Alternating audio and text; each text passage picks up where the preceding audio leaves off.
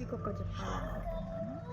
ఎందుకయ్యా, ఎందుకమ్మా ఆడవాళ్ళ మీద ఎప్పుడు పడి ఏడుస్తుంటారు? ఎందుకు? మీ సంసారాలు చక్కగా ఉన్నాయనా?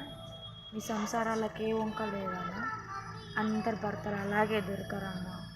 కొందరు భర్తలకు దూరమై చాలా ఇబ్బందులు పడుకుంటా, పిల్లలను పోషించుకుంటా, ఏదో ఆమె కలిగిన కలో గంజో తాగుకుంటా, పిల్లలను నడుపుకుంటా, కష్టమో నష్టమో చేసుకుంటా, ఏన్నో ఒక దగ్గర కష్టం చేసుకుంటామని పిల్లలను పోషిస్తుంది కదా.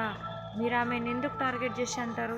ఆ మొగని విడిచిపెట్టింది, మొగలు లేడు, ఆమెను బతుకుతుంది, ఆమె ఉంటుంది అని ఎందుకు అంటారు? ముందు మీ ఇంట్లో మీరు చక్కగా చూసుకొని తర్వాత మందిని అనండి, అప్పుడు బాగుంటుంది. తను ఎన్ని కష్టాలు పడుతుందో మీకు తెలుసా? తను ఇంట్లో ఎన్ని ఫేస్ చేస్తుందో మీకు తెలుసా? తెలియదు కదా. ఓకేనే అంటే బాగుండదు కదా. ఫస్ట్ మనం కూడా ఒక ఆడవాళ్ళం అనేది మతి గుర్తు పెట్టుకొని అనండి. మొగల కంటే ఎట్లయినా బుద్ధి లేదు, మనం ఆడోళ్ళమన్నా సాటి ఆడోళ్ళకు సహాయం చేయాలని ఆశించండి కొంచెమైనా.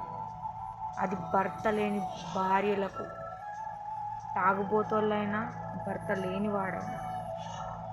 మీరేమనుకుంటుండో కామెంట్ పెట్టండి. Okay, seriously.